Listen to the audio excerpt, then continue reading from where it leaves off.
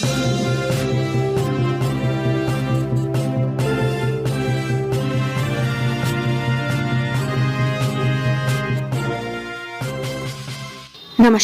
आपका हमारे news channel UK24 news में स्वागत है।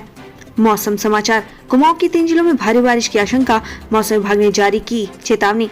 उत्तराखंड मौसम विभाग ने प्रदेश के अधिकांश इलाकों में तीव्र बौछार के साथ अधिकांश स्थानों में हल्की मध्यम वर्षा गर्जन के साथ होने की संभावना जताई है। मौसम विभाग ने बागेश्वर, चंपावत और उधम सिंह नगर में भारी बारिश का पूर्वानुमान जताया है। जानिए आज देश और प्रदेश में क्या कुछ रहेगा खास। 44वां शतरंज ओलंपियाड आज से चेन्नई के महाबलीपुरम में शुरू हो रहा है। 44वां शतरंज ओलंपियाड देश में पहली बार चेस ओलंपियाड का आयोजन हो रहा है और इसकी मेजबानी का तमिलनाडु को मिली है। 187 देशों के करीब 2000 से अधिक खिलाड़ी 10 अगस्त तक यहां अपना दमखम दिखाएंगे। पीएम का तमिलनाडु दौरा। प्रधानमंत्री नरेंद्र मोदी आज से दक्षिण राज्य तमिलनाडु का 2 दिवसीय दौरा करेंगे। इस दौरान पीएम कई विकास परियोजनाओं का उद्घाटन और शिलान्यास करेंगे। पीएम 44वें अंतर्राष्ट्रीय शतरंज ओलंपियाड का उद्घाटन करेंगे। साथ ही अन्ना विश्वविद्यालय के दीक्षांत समारोह में भी शामिल होंगे। पीएम पहले करेंगे गुजरात दौरा। तमिलनाडु से पहले आज प्रधानमंत्री मोदी गृह राज्य गुजरात जाएंगे। इस दौरान कई विकास परियोजनाओं का उद्घाटन और शिलान्यास करेंगे। दोपहर 12 बजे गुजरात के साबरकांठा के गंधोड़ा चौकी स्थित साबर डेयरी के 1000 करोड़ रुपए की कई परियोजनाओं की आधारशिला रखेंगे। मुख्यमंत्री धामी का ये रहेगा कार्यक्रम। मुख्यमंत्री पुष्कर सिंह धामी सुबह 10 बजे नगर निगम देहरादून द्वारा आयोजित वृहद वृक्षारोपण कार्यक्रम में प्रतिभाग करेंगे, जिसके बाद सुबह 10:30 बजे रेंजर्स कॉलेज ग्राउंड देहरादून से CM Dhami Dehradun smart city limited द्वारा ISBT एयरपोर्ट पैसिफिक गोल धारा रोड पर संचालित की जा रही इलेक्ट्रॉनिक बस का फ्लैग ऑफ करेंगे। इसके बाद वह राजस्व विभाग की समीक्षा बैठक करेंगे। CBSE 2022 में अंक सत्यापन आवेदन की लास्ट डेट।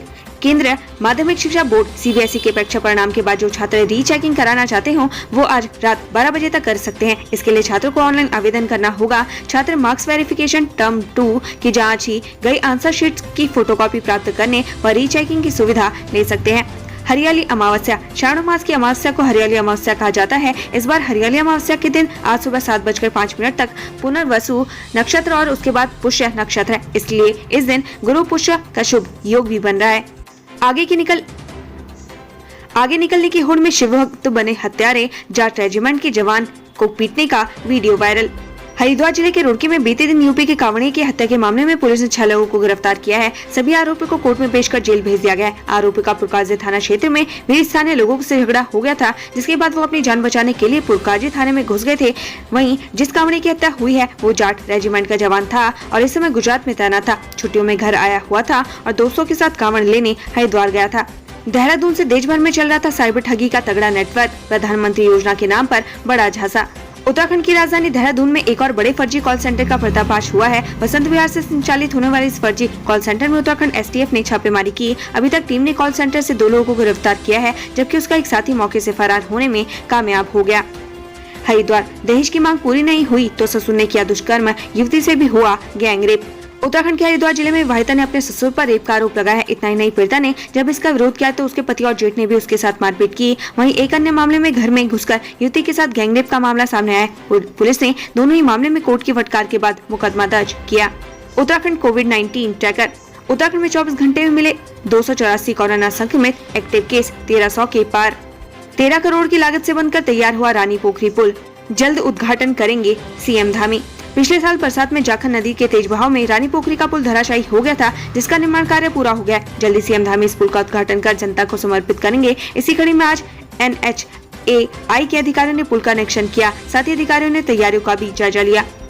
कांवड़ मेले से लौटे 51 पुलिस कर्मियों ने नहीं ली मूल तैनाती, SSP ने दिए कार्रवाई के आदेश। देहरादून SSP ने कांवड़ मेले से लौटे पुलिस कर्मियों की नॉन ज्वाइनिंग ड्यूटी पर विभागीय कार्रवाई के आदेश दे दिए हैं। SSP ने 26 जुलाई को कांवड़ मेला खत्म होने के बाद 27 जुलाई दोपहर 1 बजे तक अपनी तैनाती में ड्यूटी ज्वाइन करने का आदेश दिया था। निर्माणाधीन बिल्डिंग का लेंटर गिरा, मलबे में दबे मजदूरों को किया रेस्क्यू। उत्तराखंड के उधम सिंह नगर जिले में बुधवार को बड़ा हादसा हो गया। यहाँ निर्माणाधीन भवन का लेंटर गिर गया। लेंटर के मलबे में 2 मजदूरों के दबे होने की सूचना है। मजदूरों को बचाने के लिए रेस्क्यू ऑपरेशन चलाया गया। दोनों को रेस्क्यू कर लिया गया। शिशु मृत्यु दर में कमी लाने और टीबी मुक्त राज्य बनाने के लिए चलाया जाएगा अभियान। चिकित्सा स्वास्थ्य एवं चिकित्सा शिक्षा मंत्री डॉक्टर धन सिंह रावत ने स्वास्थ्य महानिदेशालय देहरादून में कल विभाग की समीक्षा बैठक की। इस दौरान उन्होंने शिशु मृत्यु दर में कमी लाने और प्रदेश को वर्ष 2024 तक टीबी मुक्त करने को लेकर चर्चा की।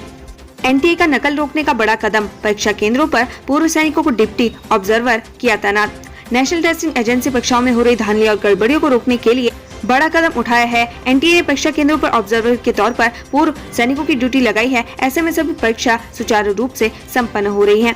गंगा में बहे 2 युवकों में से एक का शव बरामद, दूसरे की तलाश जारी। 3 दिन पहले गंगा में बहे 2 युवकों में से एक का शव कल बरामद कर लिया गया। युवक की पहचान ललित पुत्र महिपाल के रूप में हुई। ललित सोपरी गांव का रहने वाला बताया जा रहा है। वर्षवार नियुक्ति की मांग को लेकर सड़क पर उतरे नर्सिंग बेरोजगार, किया सचिवालय कूच। देहरादून में कल नर्सिंग बेरोजगारों ने सचिवालय की ओर कूच करते विरोध प्रदर्शन किया। ये प्रदर्शनकारी वर्षवार नियुक्ति की मांग को लेकर प्रदर्शन कर रहे थे। वहीं सचिवालय से पहले ही पुलिस ने प्रदर्शनकारियों को बैरिकेडिंग लगाकर रोक दिया। भिड़ा हसिउड़ी पंपिंग योजना का भूमि पूजन, 28 गाँव को मिलेगा भरपूर पानी। पितृसार न्याय पंचायत के 28 गांव के लोगों को आने वाले समय में पानी की समस्या से जूझना नहीं पड़ेगा। इसके लिए भीड़ा हसिउड़ी पंपिंग योजना का भूमि पूजन कर दिया गया है। साथ ही इसका निर्माण कार्य भी शुरू होगा। वहीं पौड़ी जिले के 150 युवाओं का चयन उदीयमान खिलाड़ियों के रूप में किया जाएगा। अल्मोड़ा में मासूमों के साथ क्रूरता, मामूली शरारत पर बच्चों के सिर पर डाला लीसा, आंखें सूजी।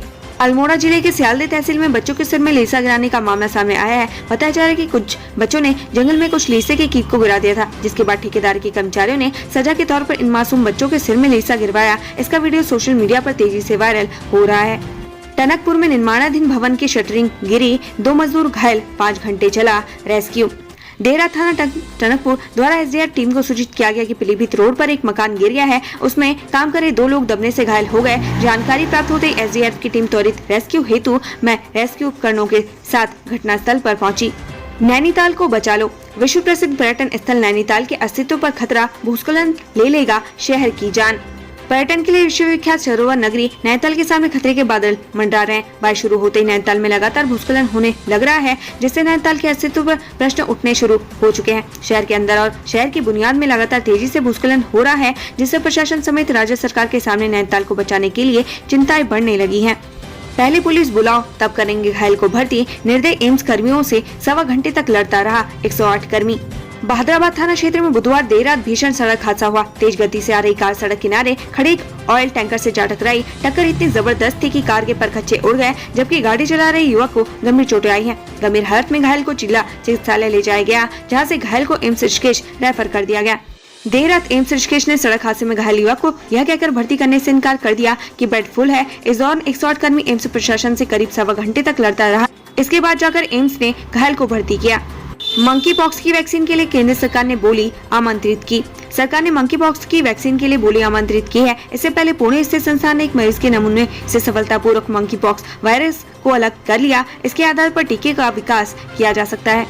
एम्स सैटेलाइट सेंटर के लिए 100 एकड़ भूमि को मंजूरी, 36 प्रस्तावों पर लगी मुहर। मुख्यमंत्री पुष्कर सिंह धामी की अध्यक्षता में चल रही कैबिनेट बैठक समाप्त हो गई। वहीं इस कैबिनेट बैठक में कुल 36 प्रस्तावों पर चर्चा की गई। इस दौरान कैबिनेट ने कुमाऊं में खुलने वाले एम्स सैटेलाइट सेंटर के लिए 100 एकड़ भूमि के लिए दिए जाने की मंजूरी दे दी है। वहीं देहरादून मसूरी रोपवे के टर्मिनल की ऊंचाई बढ़ाने को भी मिली मंजूरी दे दी गई है।